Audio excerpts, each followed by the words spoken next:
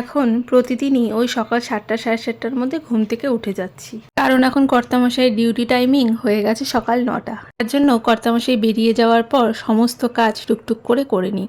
ওই ধরো 12টা থেকে 1টার মধ্যে এখন সমস্ত কাজ শেষ হয়ে যায়। যেহেতু আমার ঘরে কাজের মাসি নেই, তাই সব কিছু তো আমাকেই করতে হয়।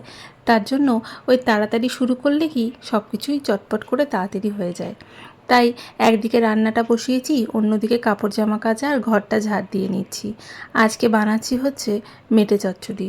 মেটেগুলোকে ওই ধরে নাও 2 থেকে 3 বার একটু গরম জলে ফুটিয়ে নিই। তারপর ওই সেই নর্মাল মশলা পেঁয়াজ আদা রসুন লঙ্কা টমেটো বাটা দিয়ে মেটে চচ্চড়িটা তৈরি করি। মেটে চচ্চড়ি হলে আমার মনে হয় না আর কিছুর প্রয়োজন হয়। তাহলে একটুখানি ডাল আর করলা ভাজা করেছিলাম। কদিন ধরে শিলিগুড়িতে মারাত্মক পরিমাণে গরম পড়ছে, একদম রোদ ঝলমলে আকাশ। বিকালবেলা কর্তেমাসি অফিস থেকে আসার পর রেডি হয়ে গেলাম শ্বশুরবাড়িতে। হঠাৎই দিদার শরীরটা বড্ড খারাপ হয়েছে।